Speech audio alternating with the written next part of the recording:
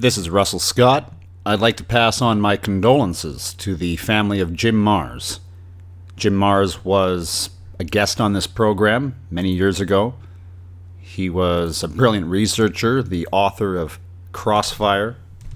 Born on December 5th, 1943, he passed away yesterday, August 2nd, 2017. He was 73. 1 year to the day, Victor Thorne died. Jim Marrs was prolific. He really enjoyed what he did. He loved doing interviews. At the time that I got him, he was a difficult guest to get for me. I wasn't yet at that level. But Jim Marrs gave me the opportunity to interview him. Again, I hadn't really earned it at that time, but he gave me a shot. And he was easy to talk with. He was a great guest. While I'm sure Jim Marrs would like nothing more than his death to be shrouded in conspiracy, other than dying on the 1-year anniversary of Victor Thorne's death, it all seems to be simply a part of life, right? His health hadn't been great the last couple of years. He was on dialysis, and in fact, he died of a heart attack. So with that, it was an honor to have known Jim Marrs, to have had him on the program, and what you're about to hear is an encore presentation of my interview with Jim Marrs. Jim Marrs, welcome to the program. Russell, it's a delight to be with you. Jim Marrs is a New York Times best-selling author of several books on a wide range of topics, which include 9/11 Truth, Telepathy, Secret Societies, JFK Assassination. His latest book, which I have not yet read, is Our Occulted History: Do the Global Elite Conceal Ancient Aliens? There's a lot going on in that title, Jim. Occultism, global elite, ancient aliens. So I'd like to deconstruct it if we can. Yeah, exactly. Now, when I think of the occult, I think Aleister Crowley. I don't think government. Right. Well, first off, let's get our terms defined here.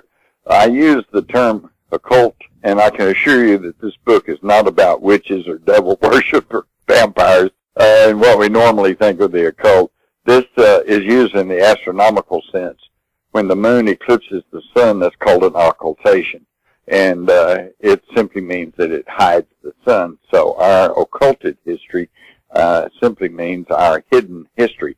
Although I use the term occulted advisedly because there is an unearthly aspect to the whole thing. And that gets us into the compelling, if not overwhelming, evidence of extraterrestrial visitation on the Earth in our very, very distant past. And so that's what we've got here, is combining these two topics, which heretofore I don't believe most people thought were connected.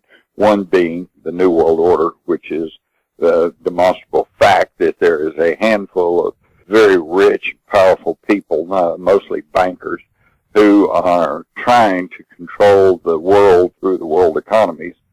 We see this taking place in Cyprus with the European Union and with our own economic struggles. And then combining that with a growing popularity of a topic that has been pushed along by that TV series about ancient aliens or ancient astronauts. My hypothesis was, is there a connection? Can we connect the two? And yes, we can. In fact, it goes back to certain families and certain bloodlines that can be tracked all the way back through our written history and beyond. So who are these global elite? Well, you have a whole phalanx of managers and administrators whose names would not necessarily mean anything to the public, and they are not necessarily bad people or anything. They, most presidents of corporations, for example, are very able and probably Harvard-educated administrators. What we're talking about is the people that actually own controlling stock in these corporations and their centralized control. For example, in 2011, there was a study by the Swiss Federal Institute of Technology, and they found that out of 43 multinational corporations, they were controlled by a little over 1,000 companies with interlocking ownership. And these 1,000 companies were then controlled by 147 interlocking firms of which about 20 firms, mostly banks, control that. And collectively, because of these interlocking ownerships and directorships, they controlled about 80% of global revenues, which is really incredible. This is incredible, tight, centralized control. And this study, they pointed out, did not even analyze family, social, or relationships of the owners and stockholders. You know, for example, when the former head of CIA, Bill Casey, controlled a company called Capital Cities Communications, and they bought ABC television because ABC was airing stories that were not very complimentary to the CIA. So Bill Casey just bought ABC, and that was the end of those stories. And the way he was able to control it was because when they announced the sale, they said, well, Bill Casey only owns 6% of the stock, which doesn't sound like much. But then it also said his wife owned a like amount. Well, that means 12%, and nobody owned more than 6%. And so therefore, Bill Casey controlled the company. That's how it works. Anybody in big business knows this, but most of the time we don't realize, how you can own a small percentage of stock in a large corporation and still control that corporation if you own more than anyone else. And we're seeing that there's a different set of laws for these globalist corporations. Right. If you and I defrauded the public to the tune of millions of dollars, even trillions of dollars, we'd be in the stocks, we'd be in jail, we'd certainly be before a judge. But then you go back to 2008 and watch the debacle that has overcome the U.S. economy, largely due to fraudulent, illegal, unethical banking practices such as the housing bubble and the derivatives market. And I simply ask you, who's gone to jail? Who's gone before a judge? Who's even been demoted? And the answer is no one, unless you want to count Bernie Madoff, and that doesn't really count because he was only ripping off the rip-off artist. The patsy. He was a patsy. He was the one guy who went to jail because he was defrauding some of the very people that were defrauding the public. Well, I was going to cite the Monsanto Protection Act that was just signed by the great Obama. Oh, my God. I know. How in the world does that get through, you know? There's no public debate, no forum. Yeah, I'm not even fired up for their stupid GMO stuff that nobody even knows what that's going to do to us or the environment or the food chain. But, it's even worse when now they say we don't have to tell you what we got in there or what it's doing to you. How did that get passed in a free country? I don't get it. I think it's pretty obvious that the corporations own the government or the military. Exactly. And that goes back to the late 1800s when the Supreme Court ruled that a corporation counts as an individual. Okay? And here recently they've ruled that since they're an individual, they can then contribute to a political candidate, just like you and I can contribute money to a political candidate, which now has codified what has been in operation for years, which is they just buy up and control Congress. You know, it's the Congress. Most congressmen no longer listen to their constituency; they listen to the people that give them money, or have any time to read the bills. Oh, they can't even read it. I know. The Patriot Act is a case in point. According to Ron Paul, they got it the night before, and it's thousands of pages. Nobody had time or inclination to even read the whole thing. Mm-hmm. Or as Nancy Pelosi said with the Obama health care bill, well, let's pass it so we can find out what's in it. What kind of insanity is that? Did you hear about Alan Greenspan talking about the Federal Reserve is no longer needed? And it seems like it's in plain sight. Why hide it? It's it's one and the same organization. Let's just make it one supranational corporation. Well, here's the thing. Being a student of history, I realized that one of the biggest bones of contention among our founding fathers was whether or not to have a central bank. Alexander Hamilton, of course, a rich guy who was representing his rich friends, said we really needed a central bank. But Thomas Jefferson, Franklin, and others said, hey, look what the central banks have done to Europe and just caused misery and poverty and war. We don't want a central bank. And they argued about it all through our history. And they tried a couple, the old Bank of the United States and the Bank of America. And each time he gained control and became corrupt and they finally did away with them by the time of Andrew Jackson. And all through the 1800s, when America prospered and grew so mightily, we did not have a central bank until 1913, when a bunch of bankers conspired, and I use that term because they themselves used it. They said we were conspirators. And they met on Jekyll Island off the coast of Georgia, which was a J.P. Morgan hunting lodge, and they concocted the Federal Reserve System. Okay, and all through my lifetime, it was never referred to as the central bank. In fact, I can recall being called down on that as a reporter early on. We don't call it a central bank, okay, because the older folks understood what that meant, and they didn't want it to be a central bank, okay. And then all of a sudden, about 15 years ago or 20, all of a sudden on the news, it was the central bank today announced, and all of a sudden, just overnight, with no vote and no change of anything, it became a central bank, and that's exactly what it is.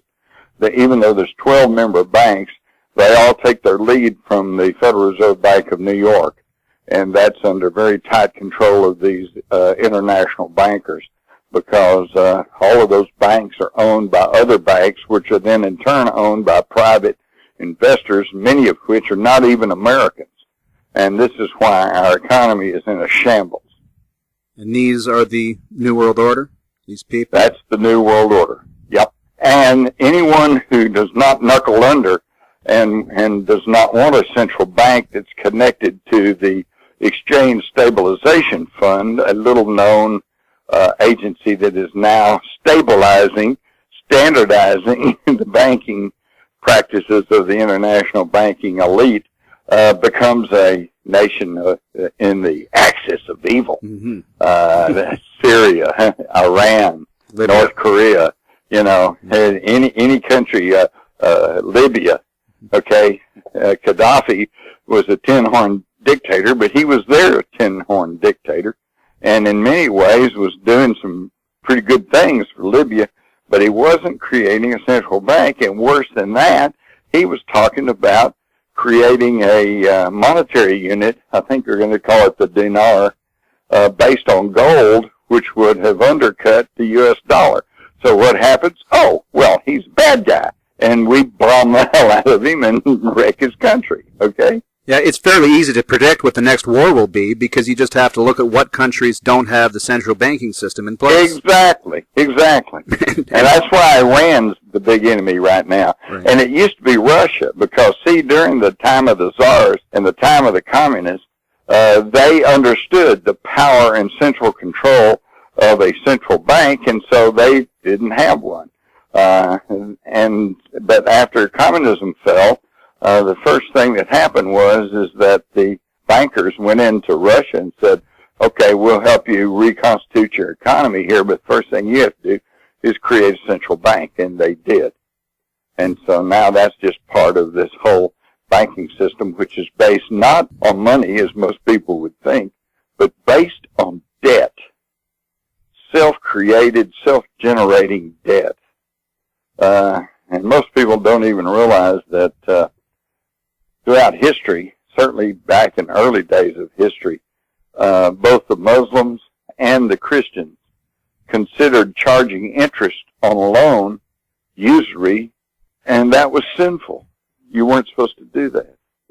Isn't that interesting? And now I can remember through my lifetime when in Texas, according to the state constitution, anything over 6% interest on a loan was considered usury and was against the law. And then all of a sudden, as the banks gained more and more control over government, that began to rise. It went to 8%, then went 10%, then went 12%, and finally got up to about 16%. And I know most people now are probably being charged 22, 25% on their credit cards. And at that point, they just said, the Texas legislators threw up their hands and said, oh, well, and they did away with the whole constitutional We're charged interest on our taxes. Oh, exactly. I don't know how it works in the States, but here in Canada, if you don't pay your taxes on time, you pay credit card interest rates. That's kind of cruel and unusual punishment, isn't it? It's usury, for sure. It is. It definitely is. What do you make of the great Obama? I know one of your books. Don't get me started. Oh, man. First off, Russell, the problem is if I say anything negative about Obama, then people automatically whiplash and say, oh, well, he must be for the Bushes and for the Republicans. Right. No. If you'll go back, you'll find that I was bad-mouthing them, too, because the Republicans and the Democrats are simply two sides of the same coin, and they're controlled by the same people, okay? In fact, the very same people who supported Bush and the corporations and Goldman Sachs and the big banks that supported Bush turn around and supported Obama. They're controlled by the same. It's like a well-known lobbyist in Washington, George Green, once said when he was trying to recruit a finance director for Jimmy Carter, and this finance director said, well, wait a minute, Carter's a Democrat and I'm a Republican. Why are you trying to get me to raise money for a Democrat? According to a former head of the Federal Reserve System, he was told, don't worry about it, we control them both. That's the way it is. That's the truth of the matter. So people that get diverted off into party politics, they're just off in the diversion. They do not understand what's truly going on, and that's why it just continues. Divide and conquer. Divide and conquer. It's the oldest tactic in the world, and it still is working. Look at us today. In World War II, when we had some true foreign enemies, I mean, the German Nazis did want to come and invade America. The fact they were building a 3-stage rocket that they call the New York rocket pretty well, and it shows what their intentions were. And the same thing with the Japanese imperialists. They pretty much destroyed our Pacific Fleet at Pearl Harbor, and were all set to invade the United States. Interestingly enough, the thing that stopped them apparently was that Admiral Yamamoto, a architect of the Pearl Harbor invasion, warned the Japanese general staff, said, no, I don't think we should invade America. Said they're armed, said we will face a gun behind every blade of grass, which is true. That's what's kept us free. And now look at these idiots that are saying, oh, give up your gun, we'll all be free. What idiots? I mean, all you do is look at Chicago. They got the toughest gun laws in the whole nation and the highest crime rate and the highest murder rate. Come on, folks. That's simple. Yeah, well, a criminal's not going to generally give his gun back. Of course not. Yeah. And they'll always be able to buy one on the black market. So it's only law-abiding people that they're trying to disarm. I heard a very disturbing story today about a veteran who had spinal problems because of his service and went to the VA, and they were trying to get him to do a bunch of stuff and take a bunch of medicine. All he was trying to do was just get his pension, his money, his payments. And they were trying to get him to go for psychiatric treatment. He said, I don't want to go to psychiatric treatment. He said, it's not my brain, it's my legs, He said, I don't want to go. So what happened? They raid his house and they take his gun. Folks, it's getting really serious, but everybody's, got their head in the sand. Well, it ain't going to happen to me, but it will. Because just like Pastor Neil Muller said over in Germany during World War II, he said, well, they came for the communists, but I wasn't a communist, so I didn't say anything. And they came for the trade unionists, but I wasn't a trade unionist, so I didn't say anything. Came for the Jews, I wasn't Jewish, so I didn't say anything. And then when it came for me, there was nobody to turn to. One of your books, The Rise of the Fourth Reich, the secret societies that threaten to take over America, postulates that this is what's coming to America. Of course, when people think of Obama, they generally think of him as a socialist or left-wing. See, again, that's divide and conquer and play both ends against the middle. Everybody knows the Nazis and the communists were bitter enemies. But what they don't understand is they were fighting over nuances of the same theology. Communism was simply an extreme form of socialism. The Nazis, the name Nazi in the German is an acronym for National Socialism. They were both socialist programs, and the reason that everybody wants socialism and they're pushing it is because, number one, it sounds good on paper. Hey, well, the public, all of us people, will own the means of production, the means of distribution, share in the profits. Oh, my God, that sounds so good. But the problem is it's never worked that way in the whole history of the world, because any social program, no matter how benevolent it may be, requires central administration. You got to have one central place authority that says, okay, this goes here and that goes there, and we'll distribute this here and here. Okay? And once you have that central authority, then the street thugs, the tough guys, or the people with all the money, in the case of the United States, buy up the central authority, and they have total control. And this is what's happening. This is what happened in Russia. This is what happened in France at the time of the revolution. This is what's happened in Cuba. This is what happened in China. People don't know their history, so they don't understand it. It's the same thing. We have a corollary here in the United States. We think we live in a democracy, and everybody wants a democracy, and we're over in the Middle East fighting people over there and bombing them and droning them, to bring democracy. Well, wait a minute. We weren't given a democracy, nor do we truly want one. How can I say that? Well, because democracy, by definition, is ruled by the majority. And the classic example of a democracy in action is a lynch mob. We don't want that. That's not what we were given. We were given a democratic republic. So what's the difference? Well, lynch mob, the majority say lynch him, so you lynch him. In a democratic republic, you have to give him a fair trial, and you have to give him legal representation, and he gets to confront his accusers, and he gets to confront the evidence against him. And only then, if he's found guilty and maybe even gets an appeal, then you can lynch him. Okay? But see, we're getting away from rule of law. And this brings us back to Obama. It just boggles my mind that this guy who has waged more unnecessary, preemptive, aggressive war against so many nations, more than George W. Bush, and he gets a Nobel Peace Prize. What the heck is that about? I don't get it. And he has systematically, through executive orders, effectively dismantled the Bill of Rights and the Constitution of the United States.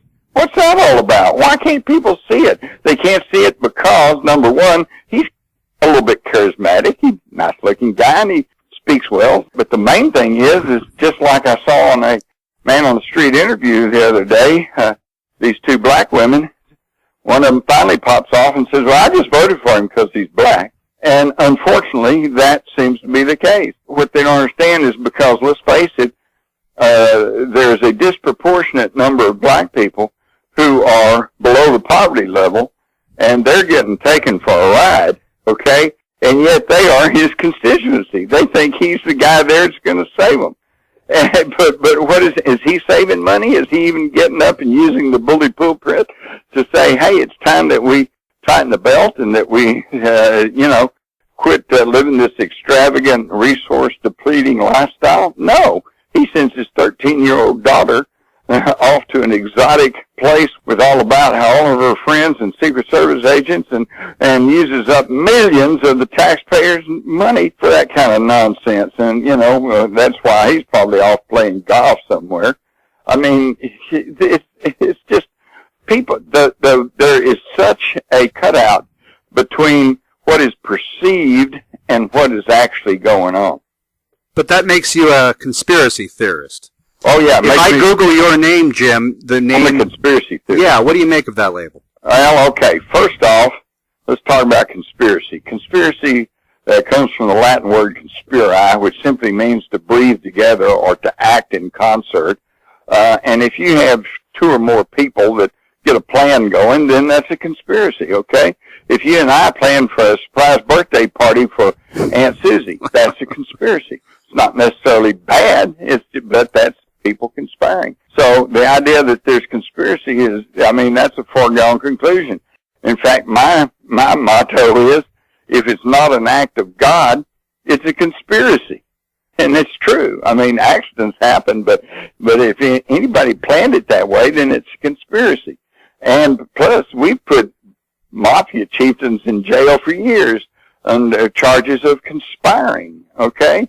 So there's nothing untoward or unusual or about that. And that brings us to theory. And I would simply say, if you can prove something, it's no longer a theory. And everything I just said is provable. So it's not a theory. They use that as pejorative to just simply badmouth anyone who says something they don't like that goes against the official party line. then it must be a conspiracy theory. And unfortunately, too many people fall victim to this because they watch TV.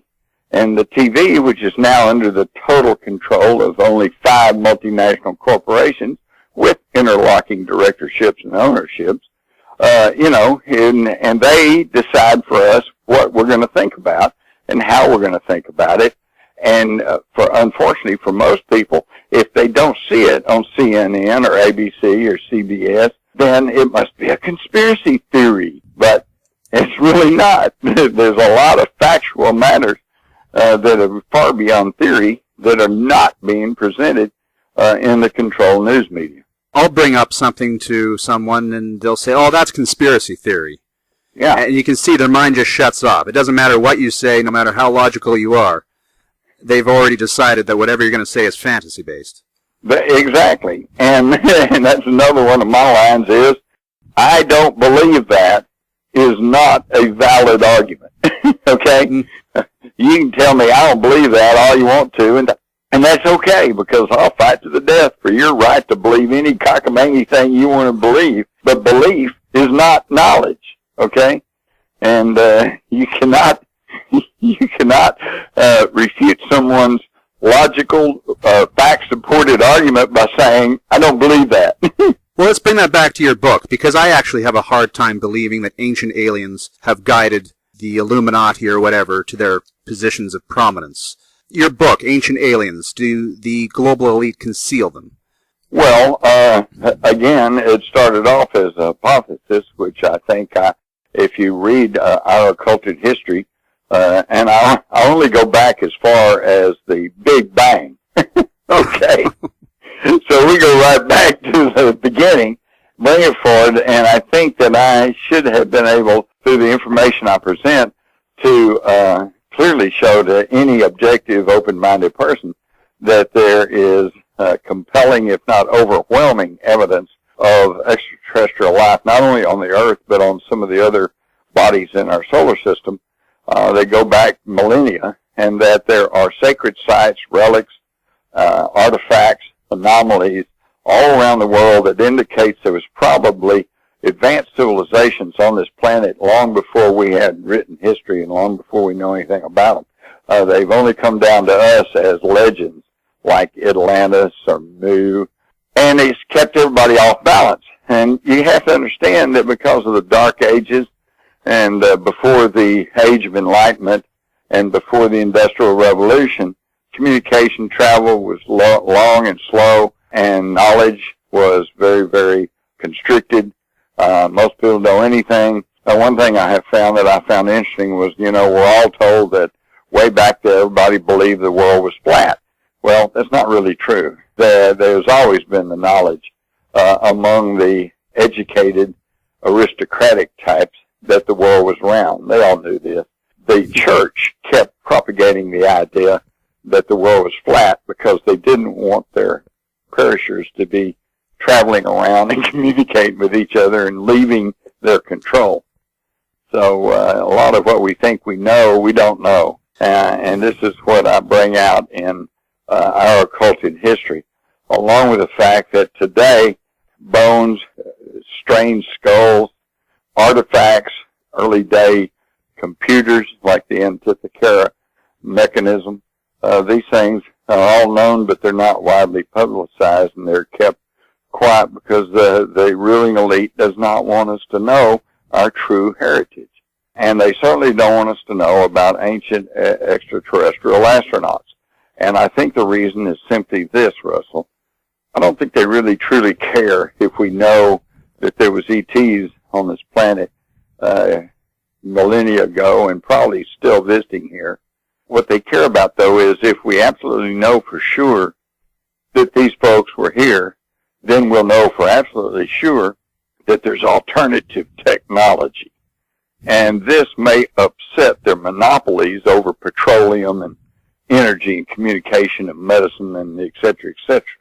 So that's why they want to keep us in the dark, so that we don't interfere with their profit line, because the two basic control mechanisms to keep the human population under control going all the way back has been first religion and, God told me to tell you how to live.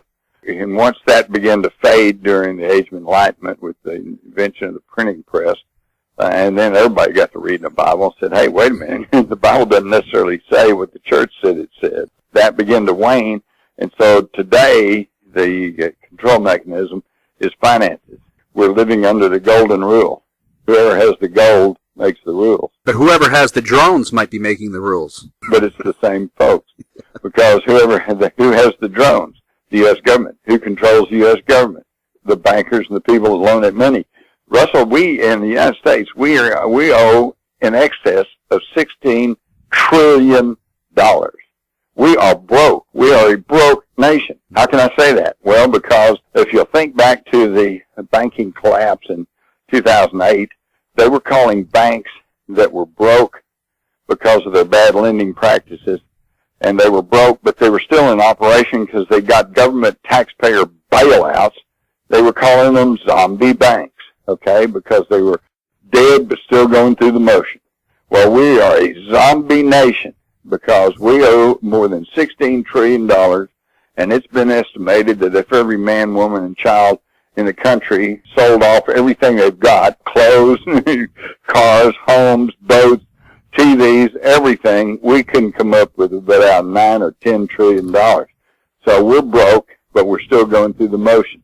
We're a zombie nation. There's a book, Obama Zombies, by Jason Matera. Oh, I hadn't heard of that. That's true. It shows a bunch of zombies on the front, blindly worshiping Obama. Exactly, because they think he has a brain. By the way, you heard about the vegetarian zombie? No. Yeah, he went around hollering, grains. Okay. We have some audience questions here. Okay. So they're somewhat random. Did you know or hang out with Jack Ruby at his Dallas nightclub? Apparently there are online photos. Yeah. I met Jack Ruby. We weren't buddies or anything. Actually, though, here's a good point.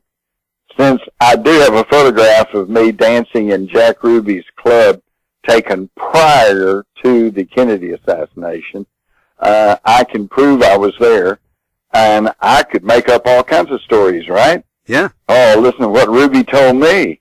But I'm not, because I'm telling the truth. I just went there as a young college kid. That was the place to go, especially after hours. And yes, I met Jack Ruby, but to be honest with you, I was a young college guy, and I was more interested in the dancers, okay? No, it's true. I did meet Jack Ruby, and I was in his club, and in fact, I had my picture taken there with one of his dancers, Kathy Kay.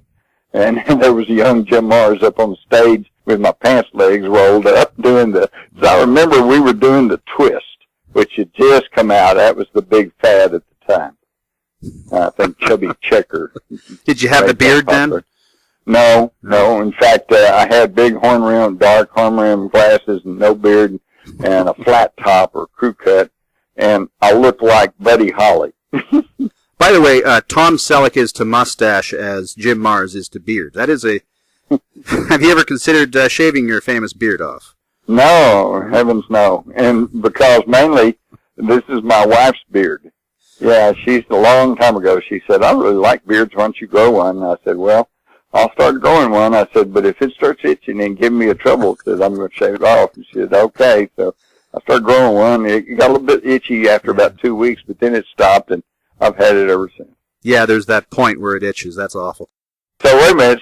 So Jim Mars's beard is like Tom Selleck's mustache? No, but it's as classic to the character. Oh, it's classic to the character. Okay. Next question would be, are you aware of any military time travel ops allied with ETs? Yes, I am aware of them. Do I believe in that? That's in my HUF file. I have a file when I get some information or some particular story, and I go, huh. And so I put it in my HUF file until I can get more information. I have met Andy Basiago, who claims he was one of these people who participated in these time travel experiments. Alfred Weber's buddy. Yes, exactly. And there's so much out on the internet about all that, but when you track it all back, it all seems to come back to those two. I'm just waiting for more information to come in. Hey, stranger things have happened, so I'm not about to say that and be closed-minded and just say I don't believe that, but I have to see a little more, and especially now that they're claiming that Obama went with them.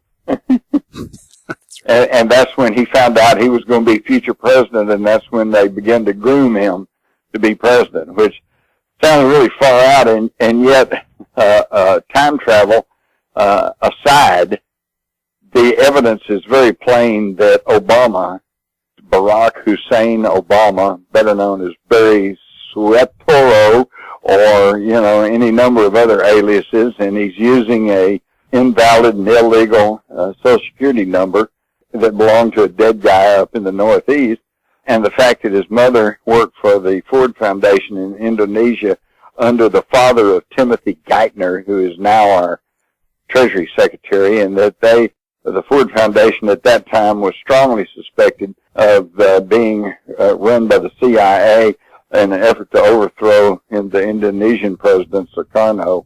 And so there's lots of information and lots of stuff out there that pretty well indicates that Obama is simply a creation of U.S. intelligence.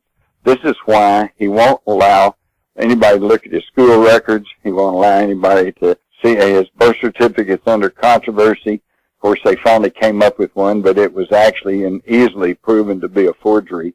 And the thing that still sticks in my mind is an interview with his grandmother in Kenya, who said, oh, yeah, he was born right over there, and pointed to the hospital and said, I was there. That's just about good enough for me. And so it's all very plain that he is a legend, okay? A legend in intelligence parlance means that this is a whole identity that's been created. And I guess the key thing is his stint at Columbia University, because they finally, a Freedom of Information Act finally forced them to turn over some records, and it showed that Obama registered there as a foreign exchange student, okay, which means he was not a U.S. citizen. Now, to me, that's an easy one to figure out. Either he was not a U.S. citizen and got this on this foreign exchange program, which means he is not constitutionally qualified to be president of the United States, which makes everything in his administration illegal, or he wasn't a U.S. citizen, in which case he lied to get foreign exchange status in this university, which means he's a liar and basically a thief. And so we don't need that either. Where should my audience go to learn more about the work of Jim Marrs? Well, oddly enough, you go to jimmarrs.com, JIMMARRS, 2 R's and Mars.com. And you'll find archives going all the way back to 2000, 2001, in which, if you'll go back, this is the 10th anniversary of the invasion of Iraq. And if you'll go back and read my articles that I was posting, not all of them by me, but articles I was posting, comments I was making, I tried to tell people that we did not need to invade Iraq. And I was quoting, that wasn't just my conspiracy theory, that was our own weapons inspector at the time, Scott Ritter, who said that he doesn't have any weapons of mass destruction. And that was quoting the International Atomic Energy Agency, which said he doesn't have any weapons of mass destruction and he's not building a nuclear bomb that'll be ready in 6 weeks. In other words, everything we were told was a lie. And we now know it. But how many people are going to admit that they fell for it? That's like right now, I can recall when Richard Nixon was elected in 1972 by a landslide. And yet you try to find anybody today that'll admit voting for him. People are just kind of funny that way. Any relation to Tex Marrs? None that we know of. Although it's interestingly enough, you've both been on this program. Yeah. Well, both write about the New World Order, and both live in Texas, and both named Mars, M-A-R-R-S. That's a little bit weird. And Tex called me a while back, and I'm going to be with him this summer over about July 3rd and 4th, I think, at a conference down in Austin. And so that ought to be pretty interesting. Oh, wow. He's a great guy. Yeah, seems to be. I've spoken to him a few times on the phone. I've never actually met him in person. Jim Marrs, it's been an honor to have you on the program. Well, it's the honor's all mine, and I would simply hope that everyone listening out there, turn off the TV, start thinking for yourself, okay? Don't believe me, don't trust me. I'm not a preacher or politician, but listen to what I have to say, and then go check it out. And if you find out I'm telling you the truth, then you don't have to worry about whether you believe me or not. Then you'll know for yourself. And pick up a copy of Our Occulted History. Do the Global Elite Conceal Ancient Aliens? And visit jimmarrs.com.